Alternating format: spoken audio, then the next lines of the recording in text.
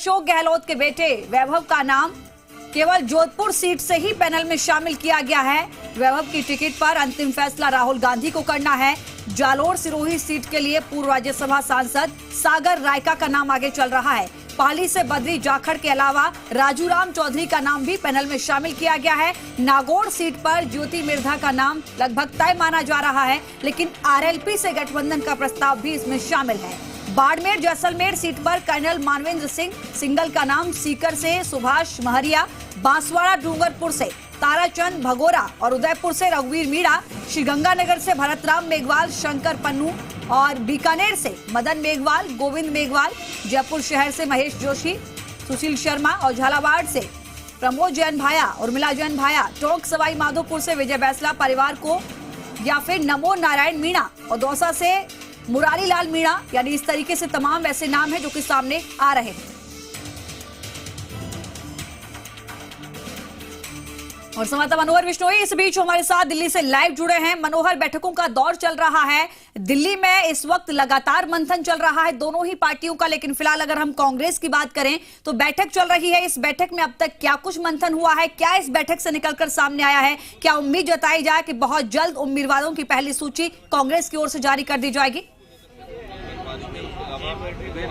जी बिल्कुल लक्ष्मी, अभी कयास यही लगाए जा रहे हैं कि अभी आज की जो सीईसी की बैठक है उसमें राजस्थान की तमाम जो 25 सीटें हैं उनको लेकर चर्चा हुई है और अभी फिलहाल जो है बैठक में आपको बता दूं जारी है। इस बैठक में CM Ashok Gehlot, deputy CM Sachin Pilot, Avinash Pande सहित तमाम जो कोर ग्रुप के जो लोग हैं राजस्थान के वो यहाँ मौजूद है बैठक में। और जो सीईसी की जो बैठक है पहले 3 राज्यों की हो चुकी है, अब चौथा राजस्थान का नंबर है। राजस्थान की लगातार बैठक चल रही है और जो सूत्रों के हवाले से जानकारी मिल रही है कि जिस तरीके से राजस्थान की सीटों को लेकर सस्पेंस बना हुआ था और इससे पहले एक बार सीईसी की बैठक में चर्चा हो चुकी थी, लगभग 10 से 15 सीटें थी जिस पर लगभग सहमति बना ली गई थी। लेकिन जो कुछ राजनीतिक डेवलपमेंट जो जिस तरीके से पिछले 2-3 दिनों में देखने को मिला, उसके बाद दोबारा से विचार विमर्श किया गया और आज उस सीईसी में उन तमाम जो है समीकरणों के साथ में इस बैठक में पहुंचे हैं। और सूत्र ये बता रहे हैं कि जो नागौर की सीट है उसको महागठबंधन को लेकर के भी चर्चा की जाएगी, जबकि ज्योति मिर्धा का नाम लगभग तय माना जा रहा है। वहां से अगर गठबंधन नहीं होता तो ज्योति मिर्धा वहां से उम्मीदवार हो सकती है कांग्रेस की तरफ से। वहीं सीएम के बेटे वैभव गहलोत को लेकर के जिस तरीके से अटकलें थी कि जालोर सिरोही और जोधपुर से लड़ेंगे, लेकिन फिलहाल जो जानकारी मिल रही है केवल जोधपुर के उम्मीदवारों के पैनल में ही उनका नाम है। वहीं बाड़मेर जैसलमेर को लेकर के लगातार हरीश चौधरी जो राजस्व मंत्री हैं लगातार कोशिश कर रहे थे कि उनको टिकट मिले, लेकिन जानकारी ये मिल रही है कि मानवेंद्र सिंह पर ही सहमति बनती नजर आ रही है। वहीं पाली को लेकर के भी सस्पेंस बना हुआ था किसको टिकट दी जाए, लेकिन बद्री जाखड़ अभी भी टॉप रनर हैं। और उसके बाद आपको अगली जानकारी के रूप में बताऊं कि जो जयपुर शहर की जो बात की जा रही है वहां महेश जोशी को कल रात यहां दिल्ली में थे, उनसे बातचीत की गई और मना लिया गया और सुशील शर्मा उनको भी नाम सामने आ रहा है। इन दोनों में से कोई एक नाम हो सकता है ब्राह्मण चेहरे के रूप में। और ये भी जानकारी मिल रही है कि अगर घनश्याम तिवाड़ी को जो पार्टी में ज्वाइन करवाया गया उनको लोकसभा टिकट देते हैं या नहीं देते, क्या समझौता हुआ, हालांकि तिवाड़ी खुद मना कर चुके हैं।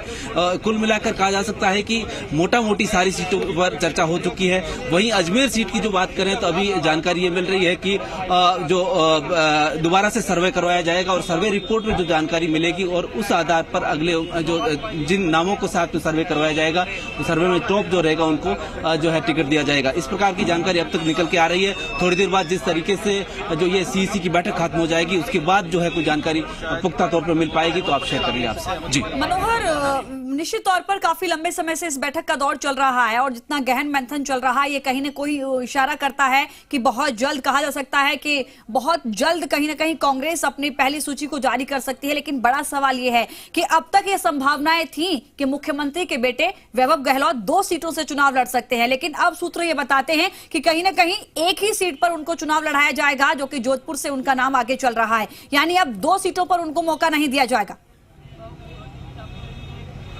लक्ष्मी, 2 सीटों पर उनका नाम नहीं था, दो जगह से उनका नाम चल रहा था। 2 में से कोई एक सीट उनको तय करनी थी और वो राहुल गांधी पर फैसला छोड़ा गया था कि राहुल गांधी कहां से अनुमति देते हैं। तो ये जानकारी ये है कि अभी जोधपुर को लेकर के सहमति बनती नजर आ रही है। वहीं दूसरी तरफ जो जिस तरीके से जो अन्य सीटों पर जो चर्चा हो रही थी उसको लेकर किस तरीके से समझौता किया जाए और किस तरीके समीकरणों के साथ उतरा जाए उसको लेकर के भी चर्चा हुई है। और आज जो सीईसी की बैठक खत्म हो जाएगी उसके बाद हो सकता है कि पहली सूची कांग्रेस जारी करे। जी लक्ष्मी। लक्ष्मी। लेकिन कहीं ना कहीं मनोहर, अगर जोधपुर से वैभव गहलोत को टिकट मिलता है तो बेहद ही यहाँ पर दिलचस्प नजारा देखने को मिलेगा। हम कह सकते हैं कि हॉट सीट भी होगा, क्योंकि एक शेखावत से सामने जब वैभव गहलोत होंगे तो टक्कर बेहद मुकाबले की देखने को मिलेगी इस सीट पर। बिल्कुल लक्ष्मी, आपने ठीक कहा कि जिस तरीके से जोधपुर का मुकाबला है वो बड़ा रोचक होने वाला है, क्योंकि एक केंद्रीय मंत्री है वर्तमान में, उनके सामने मुख्यमंत्री के बेटे को चुनाव लड़ना होगा और जो वो लड़ेंगे तो रोचक मुकाबला होगा। और मुख्यमंत्री खुद का गृह जिला भी है, तो कुल मिलाकर देखा जा सकता है कि वहां का मुकाबला बड़ा रोचक रहेगा और सबकी नजरें वहां टिकी रहेगी। जी।